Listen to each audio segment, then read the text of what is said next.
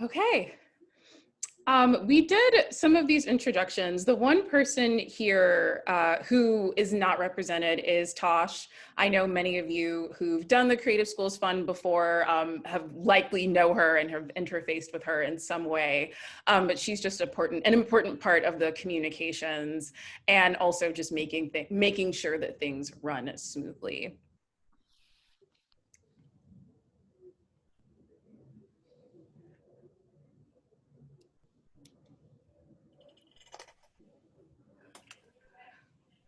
Sorry, okay, I'm Okay. off mute. Yeah, sorry about I'm like, that. oh, is it me? I know, I think.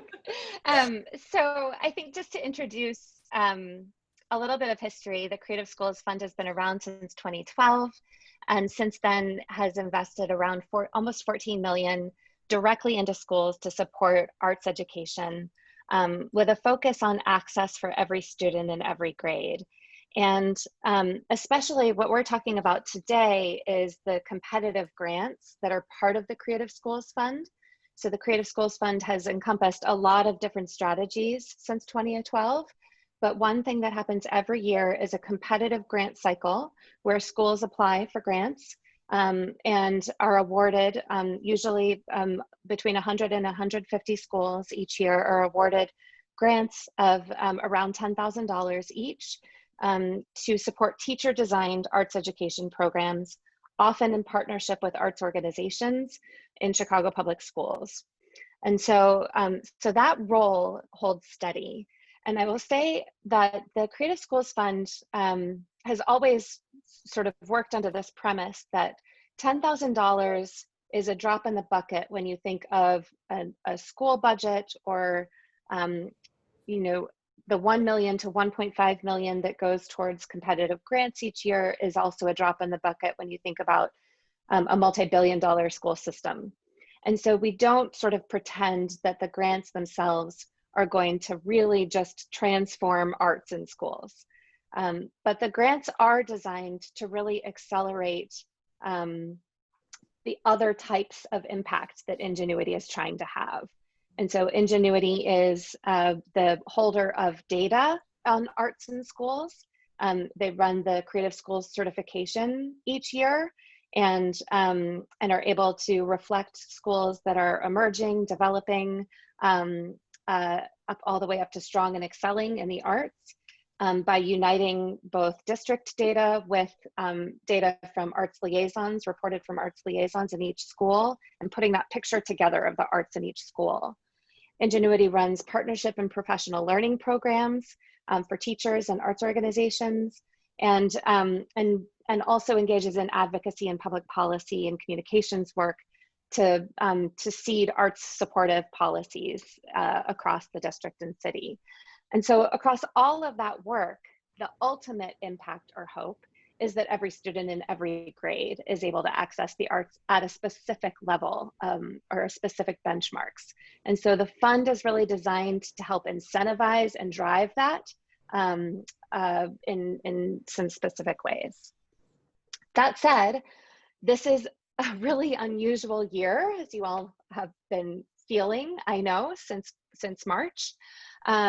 We are lucky and privileged that we are in a district with really strong arts supportive policies. The Department of Arts Education is the largest that it's been in decades. There has been near full participation in the Creative Schools Certification Survey from schools over the last several years. But that said, there's been a remote start to the year, as you all well know. Partnerships have been evolving and the policies that govern partnerships have been changing. We know that instructional models will be unknown for this year, so they could be changing as we go through the year, and they could change again. And there are, should we come back to in-person learning, there will be shifts in art practices, even if we are in the classroom, that really will define how these grants operate in schools this year. So with all of that in mind, we knew that, that whereas in previous years, the fund might have changed at 20% or 25% in terms of strategies or process, we might have tweaked things around the edges based on feedback to be responsive, to respond to what we were seeing in the data. this year, we really knew we needed to actually make kind of a wholesale change in what we were doing, both to strategy and process. So that's what we want to talk about today, and introduce kind of the new strategies and processes to you. And so to design that, we relied on the Arts Education Response Collaborative, our collective, which took place between March and August over this past year. And there were focus groups with students and teachers. There were a series of sessions with arts partners. A lot of teaching artists spoke with teachers and principals, and heard some key themes from that. And so from that, we understood that the arts education community was really focused on arts learning, developing trauma-informed practice, progressive sustained relationships, and that arts educators were really concerned about adapting arts education to safety protocols and remote learning and access to students, as Chris was sharing earlier, just knowing where students are and engaging with them remotely. Students, when they were in the focus group, talked about wanting deeper arts engagement and having opportunities from home to have high quality artistic practice, wanting a practice room to practice their instrument, just needing kind of a way to continue to develop their own practice to scaffold their learning, even remotely or in this different environment. District-wide, we knew that there was also a priority on this idea of bringing people back together, of social emotional learning, of connectivity between the people in schools, as well as the idea that there would be an increased need across the district for more art supplies. If we're in person, we can't share anymore. If we're remote, we need supplies for students at home. And so art supplies are clearly a need across schools. And then finally, community-wide, having sort of seen the police murders through the spring and summer and the mobilization and response to that, looking at the racial inequities that were exacerbated by COVID-19 and then sparked by the police murders that are ongoing to this day, that is another factor that we really wanted to respond to with the fund this year, especially as we have watched the arts community come together and respond and organize around that. So with that in mind, I'm going to turn to Ola to talk about the planning principles for this year and how we've gone about that. Awesome. Apologies for showing this slide a little early. Clearly, I was very excited to talk about this part. But yes, thinking about everything Eli's just mentioned, particularly as it pertains to the Arts Ed Response Collective and just gathering that information from various stakeholders, there were a few things that we knew we had to implement for this year's Creative Schools Fund. We knew that we had to be more flexible than ever. So thinking of this concept of radical flexibility to also meet our schools and communities where they're at. So that means supporting a really wide range of programs and projects across many different mediums, perhaps more than we ever have before. This also means enacting a rolling application process. So with the idea that as schools and partners are submitting applications, we're responding to them within a period of 6 to 8 weeks. Just knowing that this year is so unprecedented, it's very hard to plan long-term, like 6 months or more.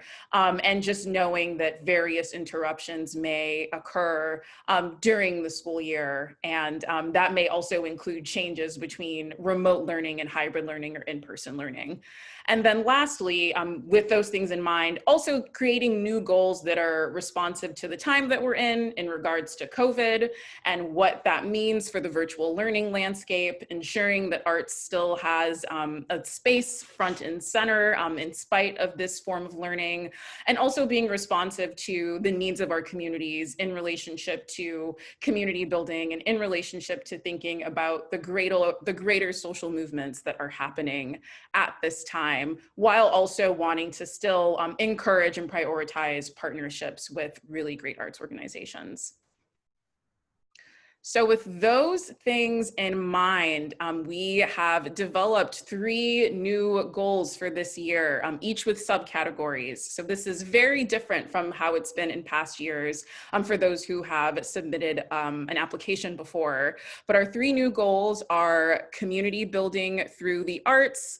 This is intended to leverage arts to connect, celebrate, and reunite school communities. And then we have the subcategories of connectivity and reuniting.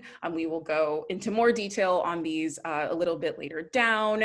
We also have deepening arts quality. So this is intended to foster and build artistic practice among teachers and or students, with the subcategories underneath those. And lastly, we have justice through the arts. And this is exciting in that it's more student driven and having students drive projects that incorporate arts as a medium to advance anti-racism and racial justice. And then there are the subcategories for those as well. So each school will be asked to choose one goal and then one sub-goal in their proposal. I think as we move into the goals, and we're going to walk through these to share a little bit more about what we mean by them and the types of application questions that we will be asking for each one. I want to just preface this by saying that as we design these categories, we want it to be, to leave it somewhat open, the types of projects that could be proposed. So along the lines of flexibility, there's more flexibility in the process this year, but there's also, we are trying to be as flexible as possible in the type of program or project that can happen. And part of that is understanding that, that instruction just looks different this year. And so older models of what a residency is, for example, are not necessarily applying this year. So we're not necessarily going forward with this sort of, you know, a residency is 10 to 15 weeks and includes some professional development, and then this happens and that happens and there's a field trip, right? All that's out the door. So, so we are encouraging kind of inventive projects, programs that that really a teacher and an arts organization designed together to be responsive to what's happening in that school right now. We also are encouraging opportunities, for example, for a teacher to design a project with their peers. And so if access to students is not something that's feeling as feasible for a school this year, or if there is a need for the adults in the school to actually come together and reunite in a specific way, that is a type of project that we would also want to support. And I'll talk a little bit more about that in a moment, but I wanted to emphasize that adult professional development, adult learning, adult artistic practice in the school is also part of what we are looking for in grants. So for the first goal, community building through the arts, some examples of each of these areas, and I want to kind of talk about how these two are different, so you can think about as you're choosing which area as you go through the application. Ola called them sub goals, and that's important because you do have to choose one in the application. So, so you might choose to apply for goal 1, community building through the arts. You then have to also choose A or B. And there are different application questions depending on which one you choose. And so if you choose to apply for connectivity through the arts, what we're looking for here is anything that's really bringing school communities together in the way that you define. And so this can involve students, it can involve adults, it can be administration, it can be teachers, et cetera. And some examples of what that might look like, it can be through performances, whether they are physically distant or virtual, art making, exhibitions, school-wide sort of conceptual art pieces, anything that feels like it's kind of weaving the community together, tying the community together, whether it is virtual or in a circumstance where in-person instruction is resuming in some way. So we're agnostic to the instructional model, but that's what we mean there. And so the questions that we ask for that area are essentially how that program is going to build community and connect people. And then we ask the second question is about If it's occurring in person, how is it going to be done safely? And if it's occurring remotely, then how is it going to work across remote environments? And so you can see here, we're sort of toggling because this application period will be open through February, and we don't necessarily have a way to predict what the instructional model will be through that whole period. And so if you're applying in November and in-person instruction is been announced to resume, I'm making this up because we don't have any idea what the instructional models will be, but say there's a plan for resuming in-person instruction at some point, you may want to propose an in-person program. And so just kind of wanted to put that caveat out that we've allowed for that in the application to be either way. And then the second area is reuniting through the arts. And here the focus is social emotional learning. That's kind of the main thing for this one. And so our questions are about how the program will integrate social emotional and arts learning, and how it will inspire connection, celebration, and reunion across members of the school community. So they're very similar areas, but one has more of kind of a social emotional focus. And so I think some examples of that could be student social emotional and arts integration. It could also be focused on adults, building the social emotional kind of capacity of adults in a time that's kind of a stressful teaching period. So that's also something that's potential project example. Any questions on this area before we move to goal 2?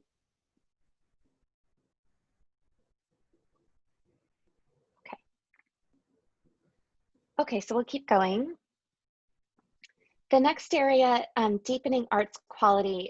As I said earlier, the student focus group really focused on really craving that like quality artistic practice in the remote environment. And so we started designing this area thinking a lot about that group. And so, but it's of course applies to teachers as well as students. And the artistic supplies we've talked about earlier, the need for this area. And this really is a grant focused on supplies. And so it is fine for the whole budget for this grant to really just be about supplies. But I will say the caveat on this one is that we don't want to just see kind of like crayons and paper. We want to understand how the crayons and paper are going to help scaffold learning for students or help engage in kind of a higher quality artistic practice for that grade band.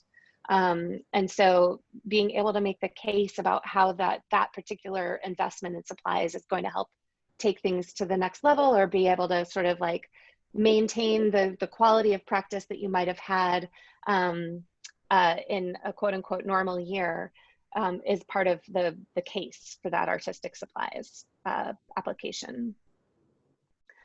And then on the artistic practice side, we are asking about how the program will support high quality artistic practice among teachers or students, and then what change would occur in the school as a result of this program. And so this could be a residency in the way that it's defined now.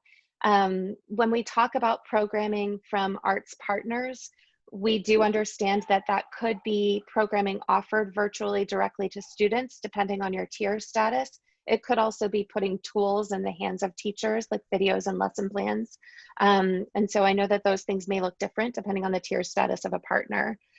This could also be teachers reinvigorating their own artistic practice. And so kind of reacquainting yourself with your artistic practice or deepening or growing a skill in your own art study is something that we would want to support. Any questions on this one before we move to the next? Okay. So the third goal area is justice through the arts. And as Ola said earlier, the exciting part about this is centering students and thinking about how art can be used to advance anti-racism and racial justice goals. And so there are 2 areas of focus and potential areas of focus or sub-goals for this one. The first one is lived arts. We're thinking about lived experiences here and how that's really captured through artistic practice. And so whether that is, you know, a photo essay project, a writing project, something that is helping or working with students to kind of capture their experiences and apply the kind of anti-racism or racial justice lens through the way that they're capturing their lived experiences. And then questions that we ask here are to describe how that will occur, but then also how students are driving, and I think we actually asked the development and implementation of this program. And so our hope is actually that schools would engage with students, if possible, in the planning for the program. So before the grant is even submitted. And I will say that I know that that could be difficult depending on the level of access to students that each school has been able to achieve. And so, so we don't necessarily have benchmarks around that we expect, but we would love to see to the extent that each school is able, that there's been some student engagement in planning for this project, and then involved in implementation. And then the other area is art civics integration, and we've really built this area drawing from the CPS social sciences department and some of the work that they have done in civics and thinking about civic engagement and community participation. And so it's very aligned to that department's work. And so should be actually a relatively strong kind of alignment fit in a school for integration between departments. And so this could be a good area for arts integration with a social science team. It could also be a standalone project. And so we ask about how the arts will be used as a tool for civic and community participation, driving change to advance anti-racism, racial justice, and again, how students are driving development and implementation. Any questions about this one?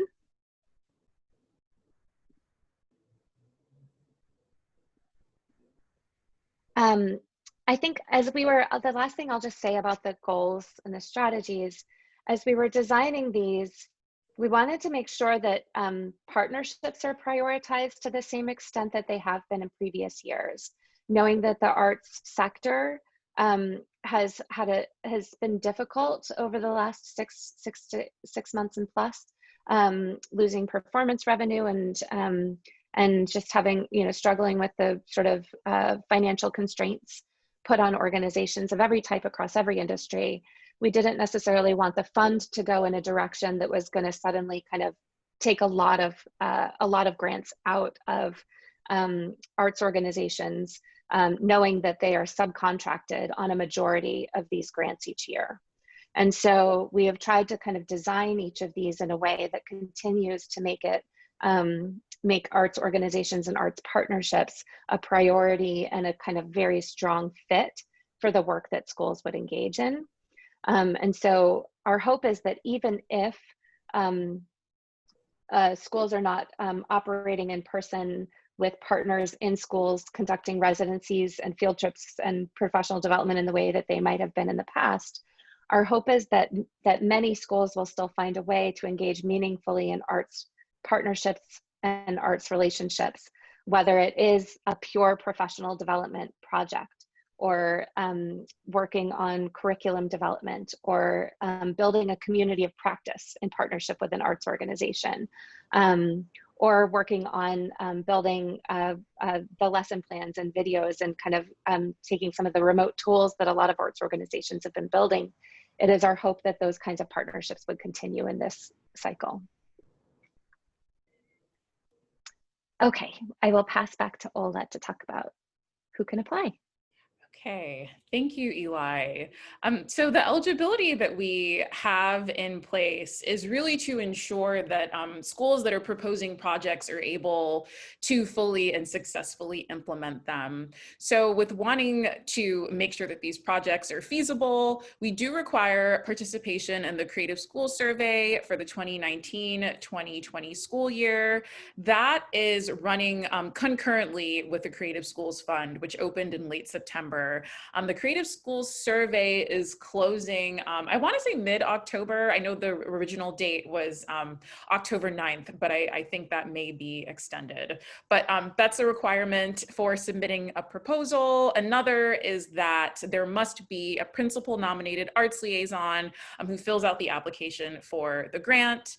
Obviously, we encourage partnership and collaboration, especially with arts organizations, as it makes sense, but it will be the arts liaison and the school themselves that will be submitting the proposal, and also in the same vein, receiving the actual funding as well.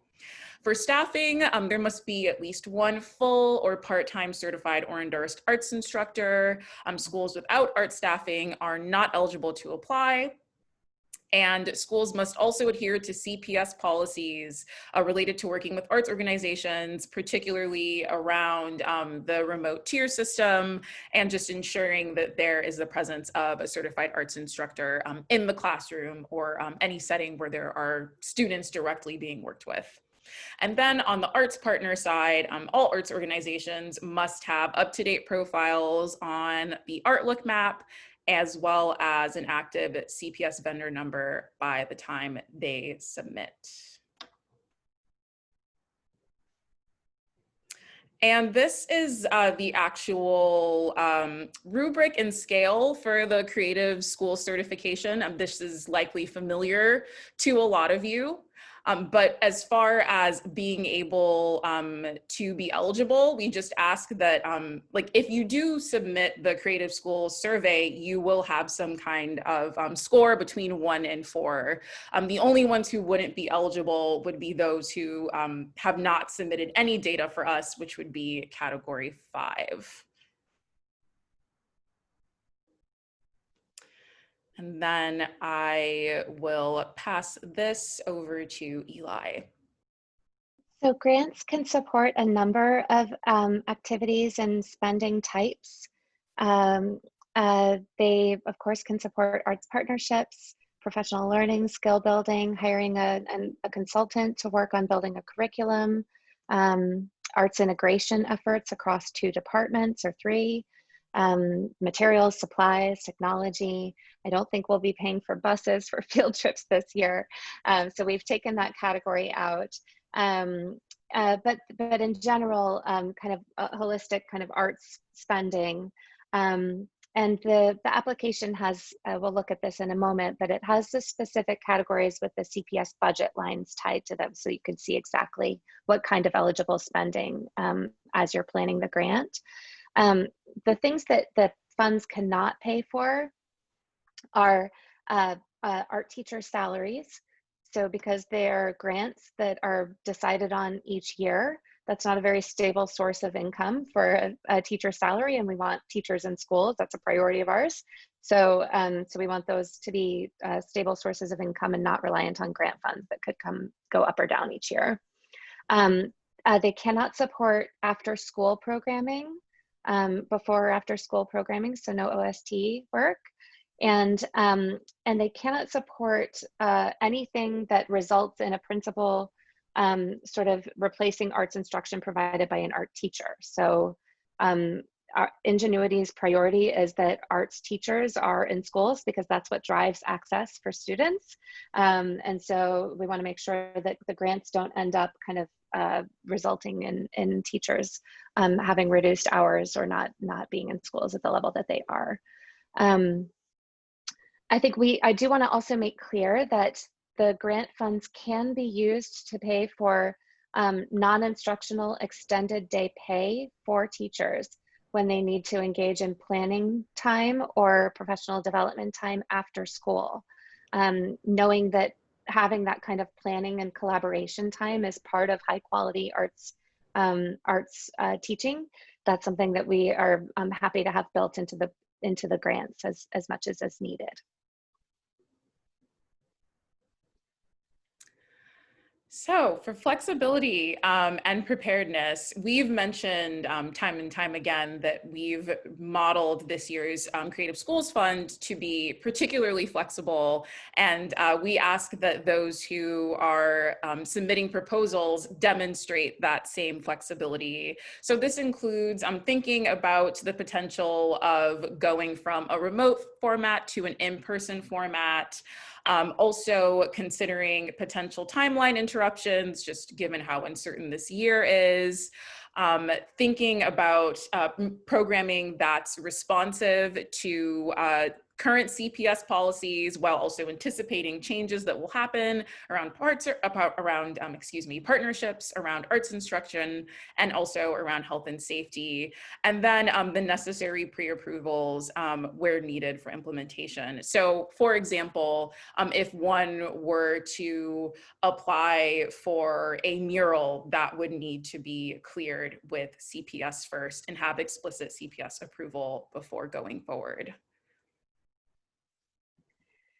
And so asking for that kind of flexibility from applicants, we know that Ingenuity needs to be flexible as well.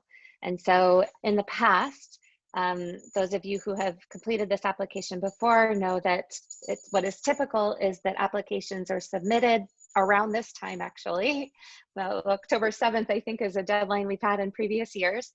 And then Ingenuity has a volunteer review team that goes through all the applications. The board votes usually December 15th, and then schools are notified between December 15th and January 2nd. Funds are usually released as soon after that as we can possibly get them released. And programming happens from February, March through June. And so it's been that way since the beginning of our time, which was since 2012. And we have every year talked with schools and with arts organizations about how we wished it were a different timeline, because folks really wished they had access to the whole year to be able to program and any number of other things. And it took COVID, but we have finally been able to change the way that we're doing the funding cycle. And so this year we are actually not going about that timeline. We have a rolling application cycle instead. And so what that means is that the applications are open right now. They will be reviewed continually, and a school that submits an application now can receive notification within 6 to 8 weeks at most, hopefully a little bit shorter for many. And so what this does is extend the time that schools are able to program from what would have been kind of the very end of the school year. Now it can extend actually out to, now that can extend out to several more months.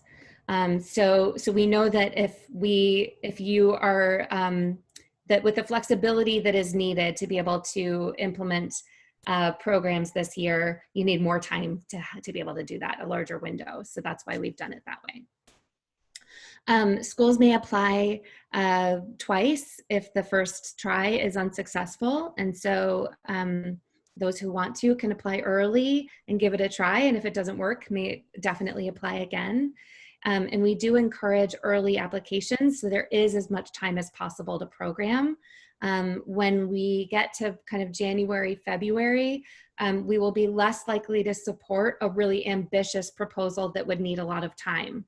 And so, if you are thinking about a proposal that is, very time dependent, it's probably a good idea to apply early.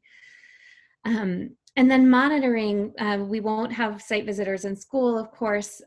We will probably just do virtual interviews after the grants are over, probably just a phone call with the arts liaison, between the arts liaison and our volunteer reviewers. And then we'll have a grant period also after grants are out between February and June.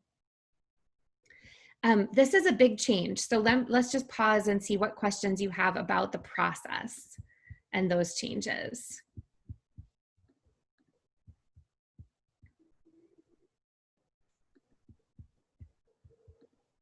And I think we've made it through all our content except our application demonstration. So let's hear, Cree, do you have go ahead, yes. Yeah. Oh, sorry. Okay, just real quick. So there is no specific deadline like before. It's just as quick as we can get it in. Yep. And okay. Yep. And I just had one more sort of question. It's not exactly straight to this, but Okay. we are in the process of trying to reactivate our vendor number. And I think what we're hitting is that because of so much downtime, there are a ton of organizations who are trying to reactivate their numbers. And that part of CPS is backlogged and hard to access in there. So is there going to be some understanding concerning that? I think I would reach out to us so we can get the case flagged for the Department of Arts Education and CPS. Okay. And there are such specific details with each case. It's hard to say kind of blanket statements, but if you can send it to us, then we can work with them and sort of see what the status is and try to move things along as best as possible. All right. Thank you. Of course. Yeah, I'm good. Okay. Who is next? Stephanie, go ahead. Yeah, I did the hand raise. A question with this opportunity to reapply, is there, if a grant is, let's say rejected the first time, will there not thorough notes or anything like that, but will there be a note or an area like, oh, you need to flesh this out? Will there be any little comments so we know a better way to prepare and change it? Yes. So in previous years, we have had kind of a period for feedback where schools could write, and the Creative Schools Fund team would essentially summarize reviewer comments and reflect those back with recommendations for future years. We'll do that on a rolling timeline as well, so that if folks want to reapply within the same window, that there'll be time for that to respond. And then my other question, I'm sorry to go back for a moment, but regarding the survey link, can you just do a quick reminder? Schools where the art liaison was emailed that survey link, but if there is a way that we just want to just make sure that the ones that we've partnered with, is the link also just on the website, or was it just emailed to them specifically and on the Ingenuity website, excuse me? I'm not sure. I think we'll have to find out. We'll find the answer on that out. Okay, but that's something we can, for example, because long story, I can just email my arts partners, just, hey, did you get the survey? Heads up. Yeah, okay. Definitely. And if you want to send us the school name, we can also check to see if their response is in. I think Richard, I think you had a chat that you have questions too. Yes, sorry. So you mentioned that some of these goals may involve adults and teachers in a professional development sort of program. However, the RFQ does not ask for PD, right? So I've always used our contract, our catalog for the previous RFQs as a guide for creating these programs and also the pricing. So is there any relationship between a new RFQ, which is due at the end of the month, and the grant? Are you talking about the CPSRFQ? Yes. No, there's not a relationship between the RFQ and these grants. Okay. Thank you. That that answers a lot of questions. Okay. Other questions about process or the overview? We'll walk through the application and do a little demonstration, but any questions before we do that? Okay, go ahead, Ola. I'm sorry. Will we get a copy of this deck? So this deck is actually the same as the grant guidelines that are posted online. It's just, there are more words in that one. We just took more words out so you didn't have to read them while we were going through, but I'll send the link. I'll put the link in the chat for this Zoom session. And I'll turn to Ola to walk through the application while I look that up. Okay. Awesome. Oh, estimated timeline. Okay, these are all things that we've already covered. The emails to reach out to if you have any questions. So I will just get into this link here.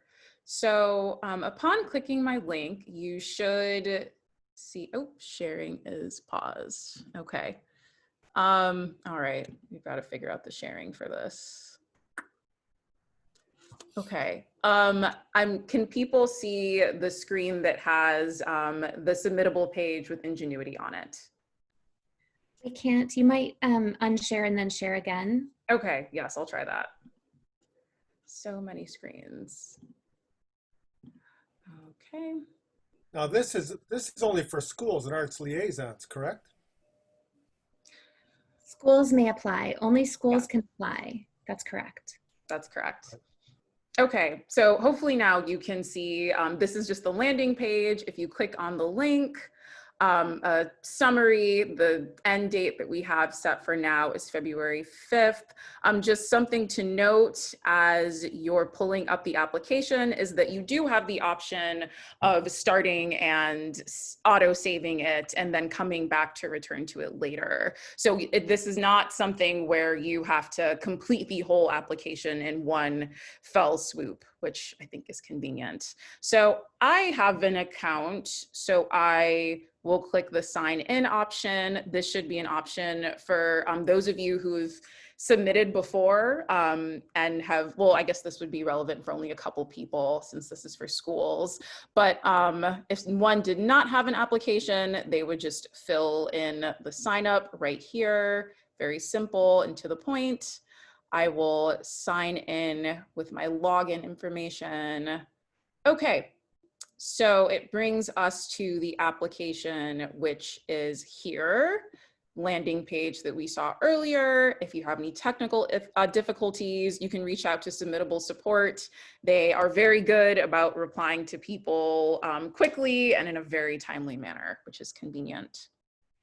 So scrolling down the beginning, you'll see for CPS school and school ID, this is a drop-down menu. So all the schools that are here are schools for whom we have the most recent Creative School certification information. And then below, pretty straightforward, school name, principal, contact information, and then similarly, arts liaison information as well. And then there's the question about other collaborators. So this could be arts partners, this could also be other classroom teachers, and just a place to put their information.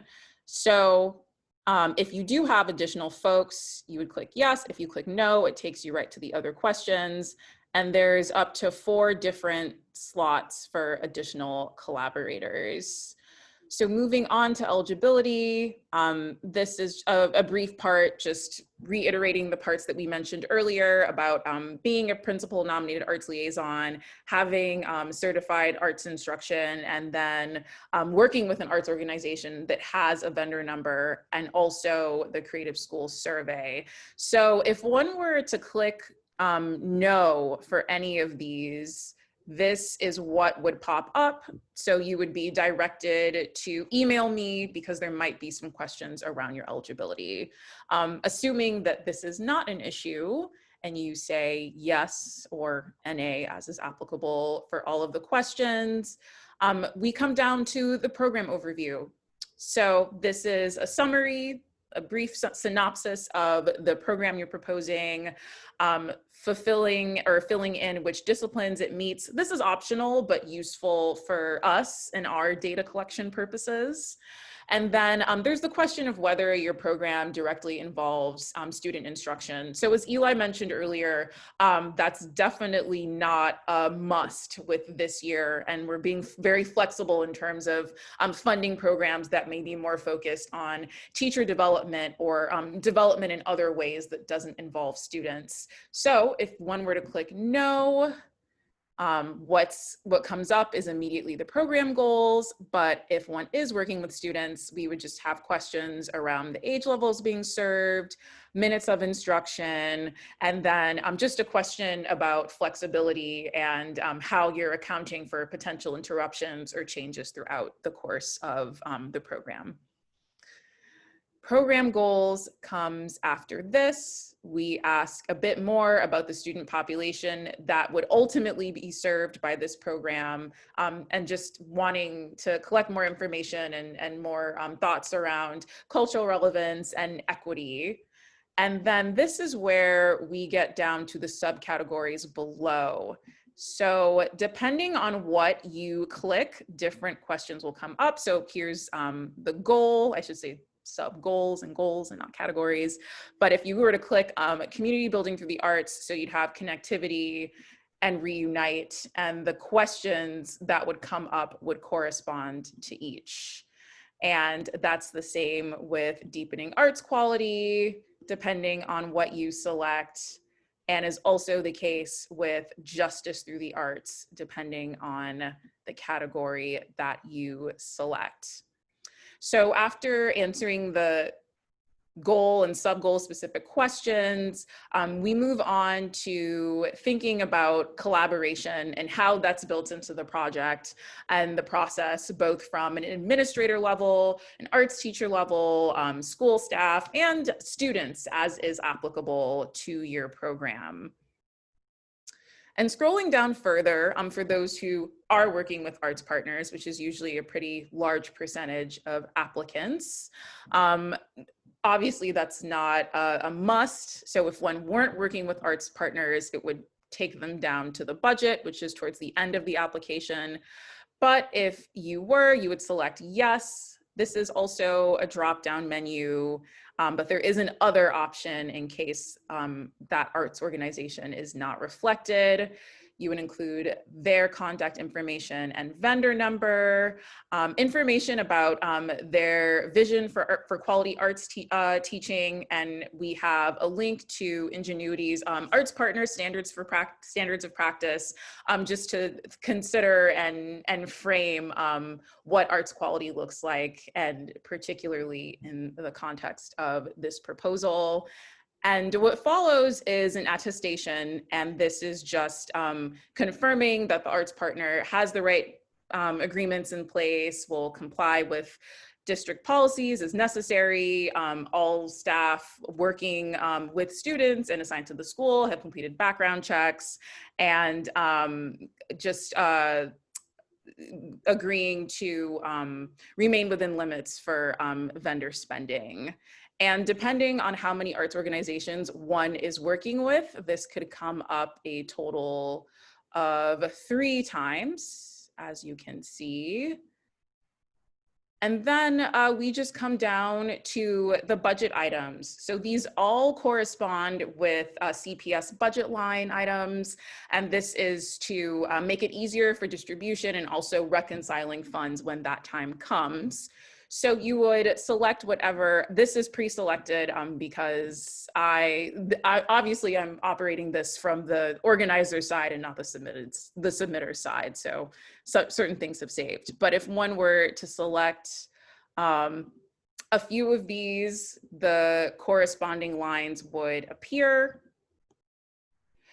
And note that the sum should not exceed $10,000. And here is the area to enter those dollar amounts. We also have a space for a brief narrative description about each budget line, and just a space to explain more around the lines of spending. And that takes you to the end of the application, essentially. So once you were to check this box, you could go ahead and apply, or you could save your draft. Submittable does autosave, but I do think it is not a bad idea to hit save draft anyway, just to be sure. And as I mentioned earlier, for schools that are submitting, this is an application that one could return to if one were to start it and didn't want to finish it all at once. Okay, so that was the whirlwind submittable tutorial.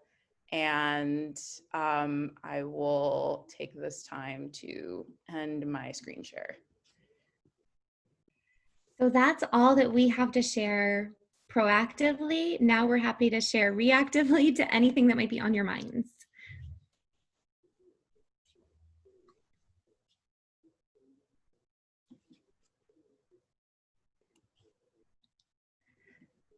If I could ask, does this seem like a strategy that'll work for such a strange year?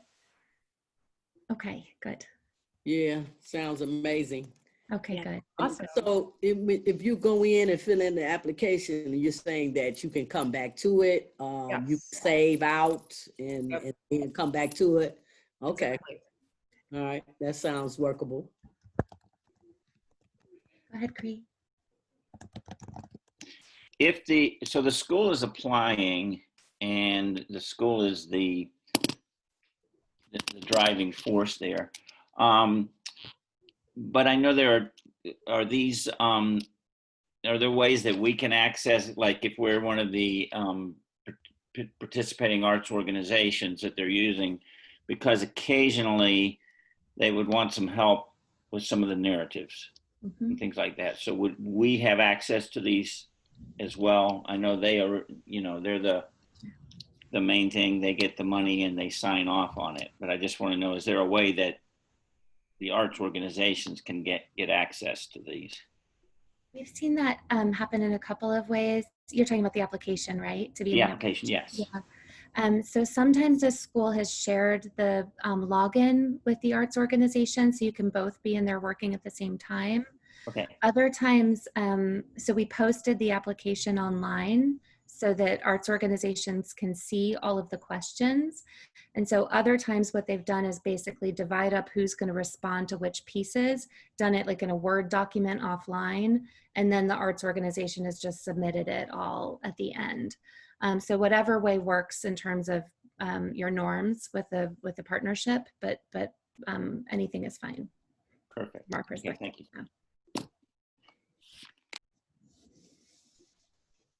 I just wanted to say thank you. The budget line is so clear and just I was just like, oh my gosh.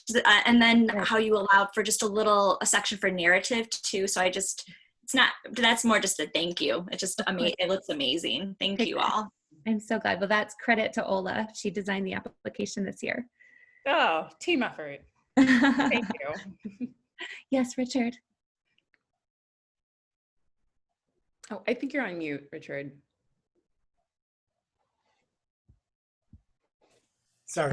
Is there an updated list, a contact list for principals and arts liaisons to contact them regarding proposals? Sure. The ArtLook Map is the best place to find contacts for arts liaisons and principals in the schools. I'll put the link in the chat for anyone that doesn't have it. Let's just do that now. All right. Thank you. Of course. Have you all seen the ArtLook Map before?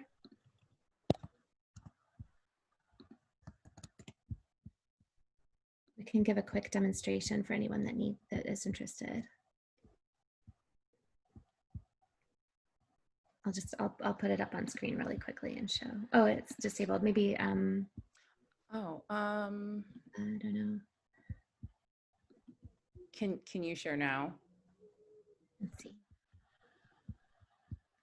There we go. Got it. Thank you. Okay, so this is the ArtLook Map website. And if you go down to the communities, you'll pick Chicago here and go to the public map. And you can search. And so, for example, you might want to look for schools that are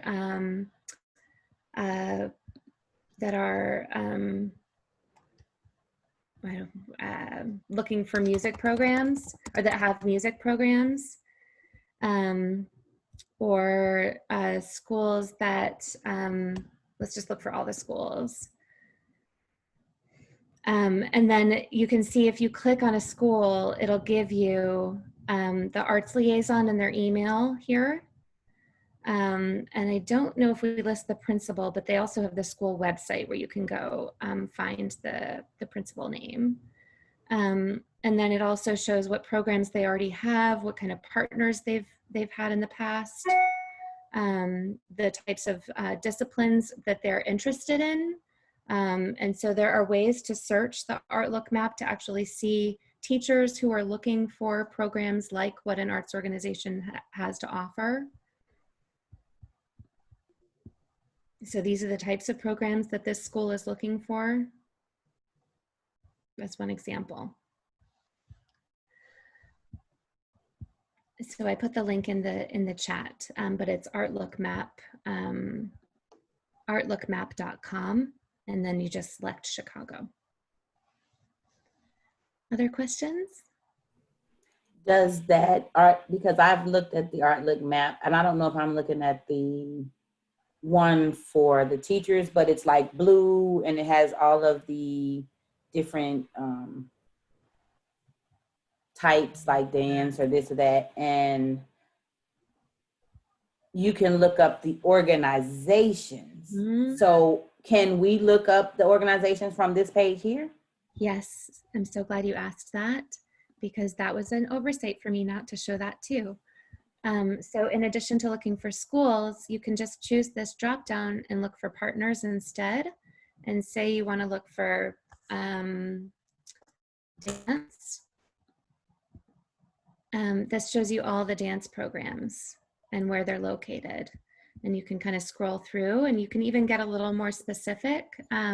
Say you want to look for ballet, I think you can search for even more specific